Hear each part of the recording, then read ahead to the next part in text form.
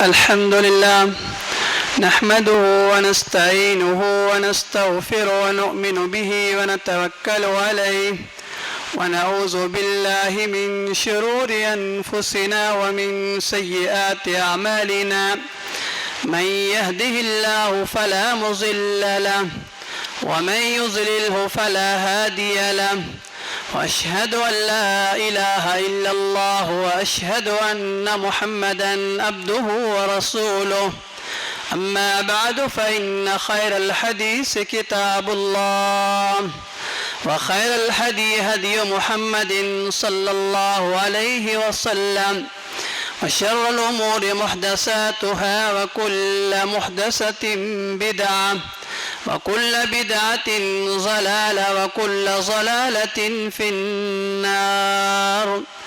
أعوذ بالله السميع العليم وبوجهه الكريم وسلطانه القديم من الشيطان الرجيم. بسم الله الرحمن الرحيم. قاف والقرآن المجيد بل عجبوا أن جاءهم منذر منهم فقال الكافرون هذا شيء عجيب أإذا متنا وكنا ترابا ذلك رجم بعيد قد علمنا ما تنقص الأرض منهم وعندنا كتاب حفيظ بل كذبوا بالحق لما جاءهم فهم في أمر مريج أفلم ينظروا إلى السماء فوقهم كيف بنيناها وزيناها وما لها من فروج والأرض مددناها وألقينا فيها رواسي وأنبتنا فيها من كل زوج بهيج تبصرة وذكرى لكل عبد منيب ونزلنا من السماء ماء مباركا فأنبتنا به جنات وحب الحصيد والنخل باسقات لها طلع نضيد رزقا للعباد وأحيينا به بلدة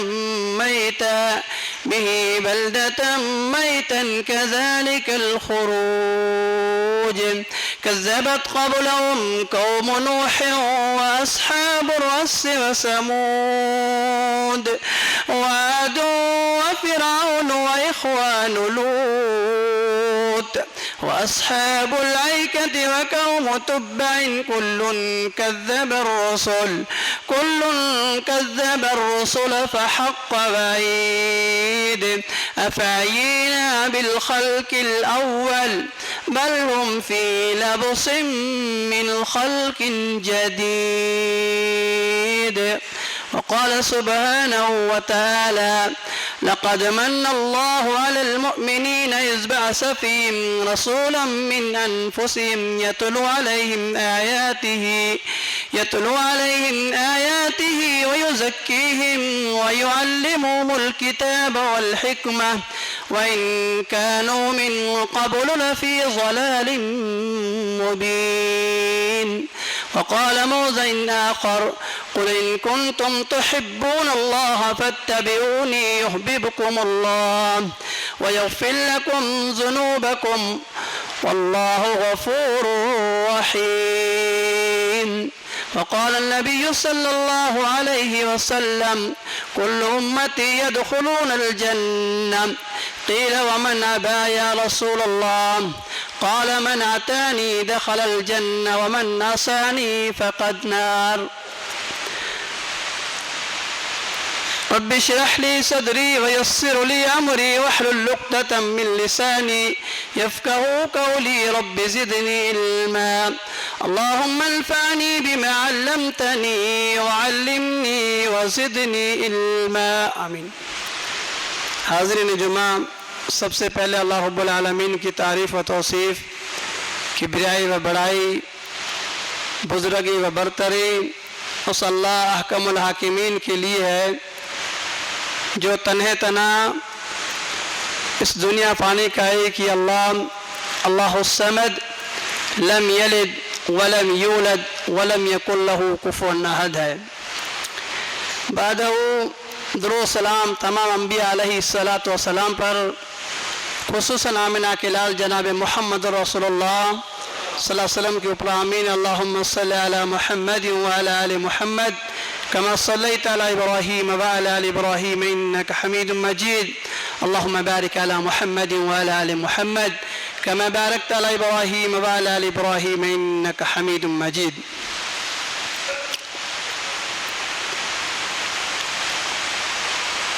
محترم سامعین کرام، جیسا کہ آپ سبھی حضرات جانتے ہیں کہ یہ جو مہینہ چل رہا ہے ربیع الاول کا مہینہ ہے.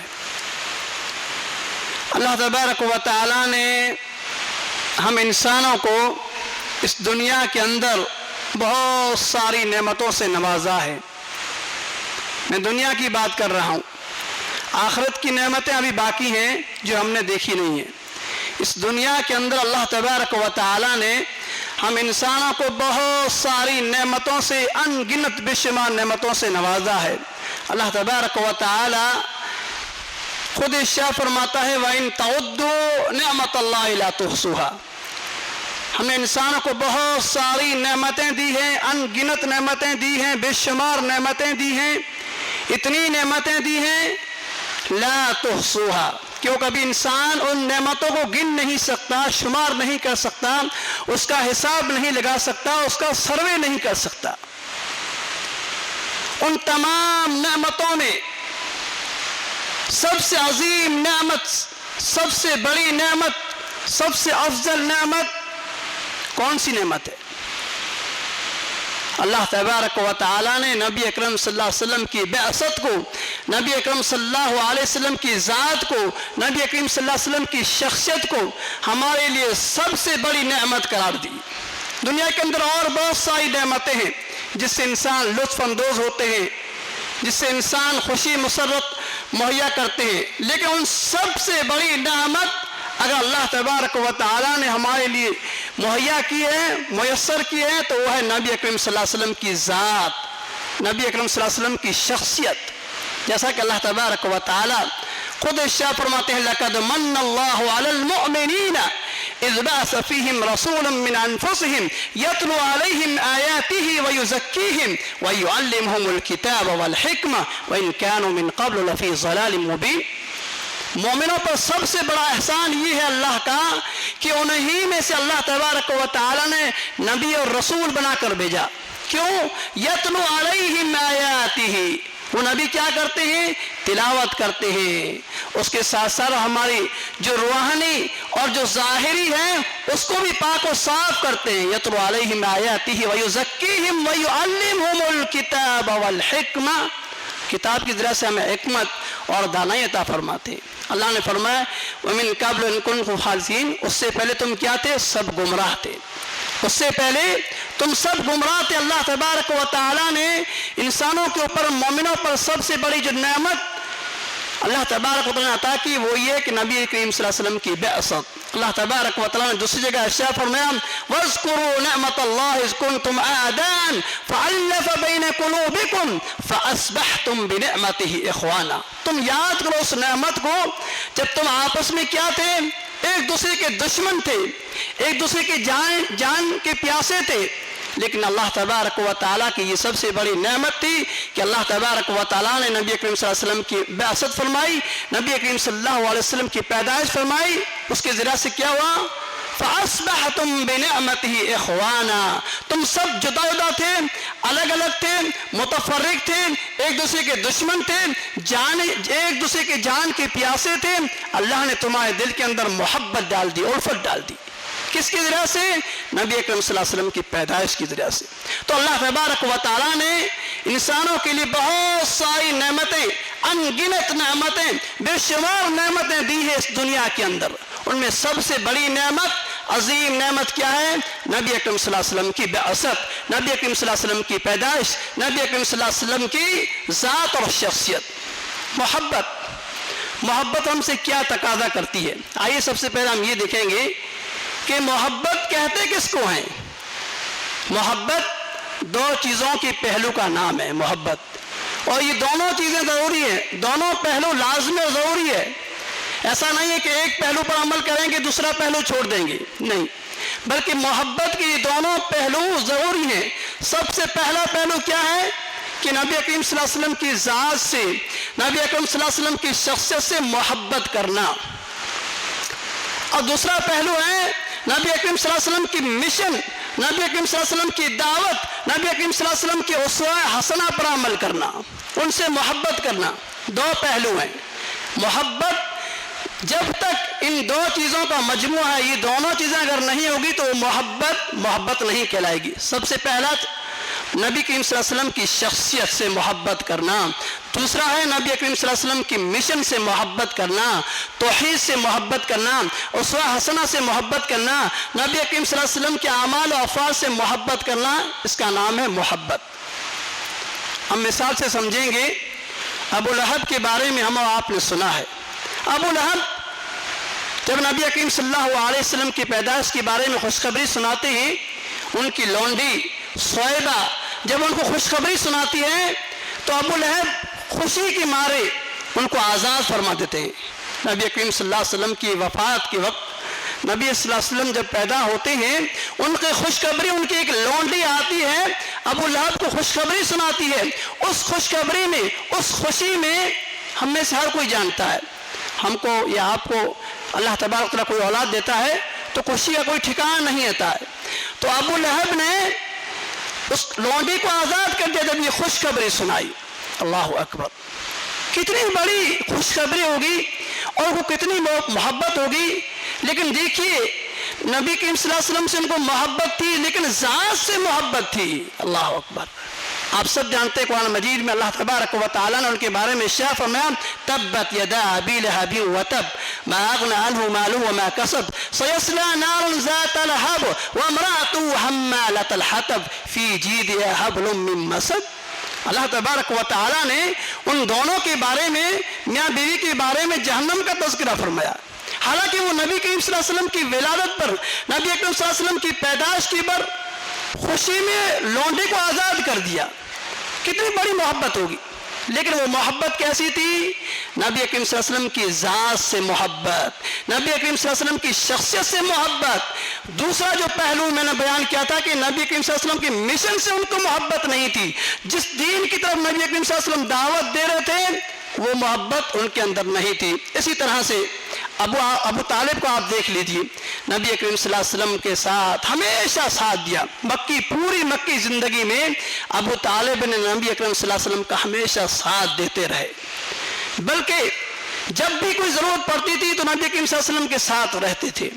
لیکن ہم اور آپ جانتے ہیں کہ ابو طالب جو نبی کریم صلی اللہ علیہ وسلم کے سگے چچا ہیں، اللہ اکبر، ان کو بھی کیسی محبت تھی؟